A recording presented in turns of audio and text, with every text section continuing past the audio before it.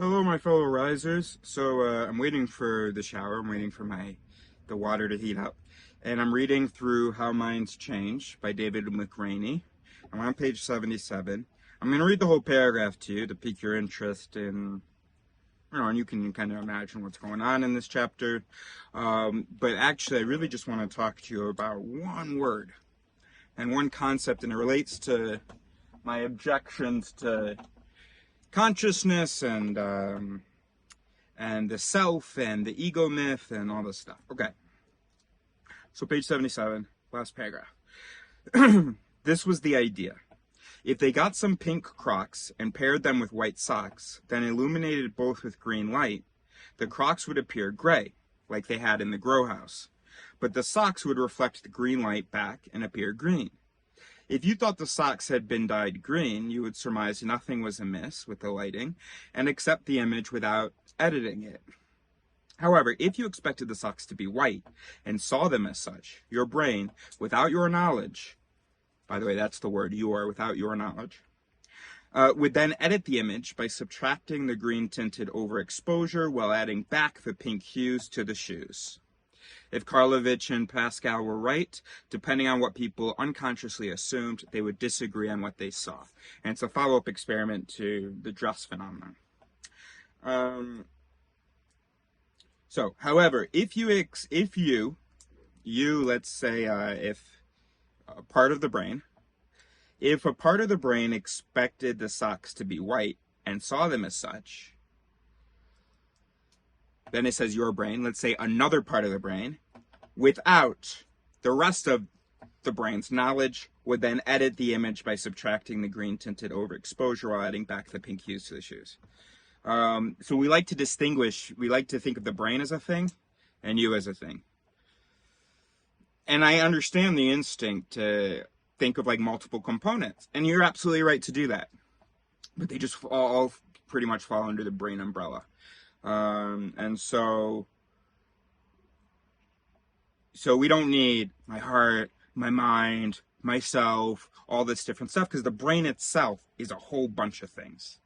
So if we were to tweak a sentence, the original version is, however, if you, whatever that means, expected the socks to be white and saw them as such, your brain, so this other thing, without your knowledge, would then edit the image by subtracting the green tinted overexposure bulb.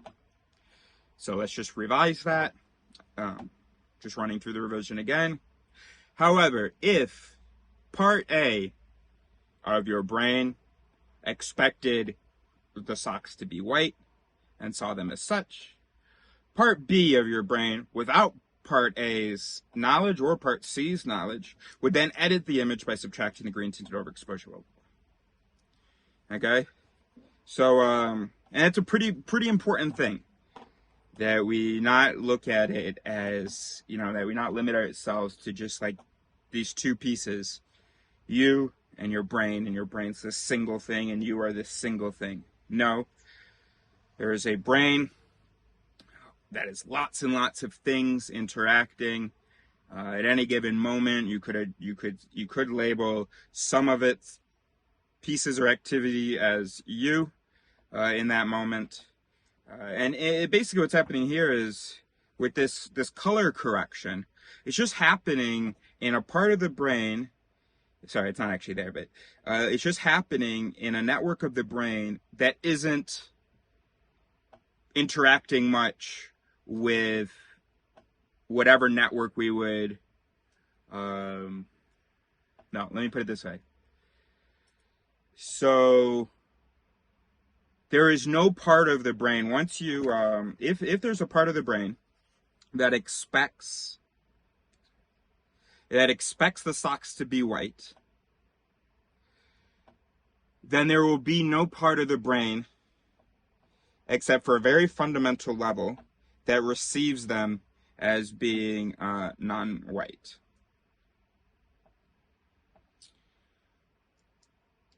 And the part of the brain that does receive them as being non-white and makes the correction, that mechanism of correction isn't much connected. The mechanism itself of correction, the action of correction, isn't much connected to the other parts of the brain. And so there's no sort of, the whole brain isn't really aware of what happened. It's only aware of the output from that mechanism, not the actual activity of the mechanism.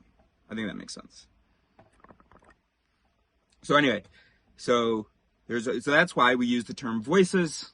I've been using mechanisms a lot because people keep thinking that voices like talk to you, and so they maintain this central you, and then they have all these voices like influence whatever. But no, these are just all these different mechanisms, all these different voices. It's a better way to think of the mind.